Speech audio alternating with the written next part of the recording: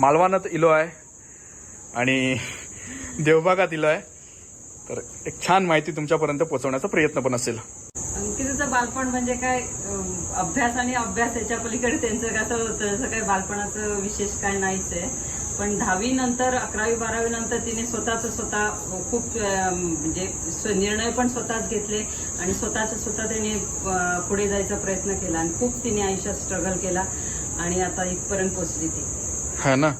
म्हणजे जेव्हा युट्यूब चालू केलं तेव्हा असं तुम्हाला वाटलं होतं की काय करते ही, असं तुमचं काय होतं? ह्यांचाच पहिला व्हिडिओ केला त्यांनी, नारळ सुलतानाचा. हा बरोबर. आणि त्याच्यात तिला मिलियन्सवर हे मिळाल्यामुळे ती नंतर व्हिडिओ बनवायला लागली. पण आम्हाला त्याच्यात आणि तुझं शिक्षण काय केलंस तू आणि तू कुठे जातेस याच्यामुळे आम्ही जरा नाराज होतो तिच्यावर. होय का? पहिले सपोर्ट नव्हता तुमचा?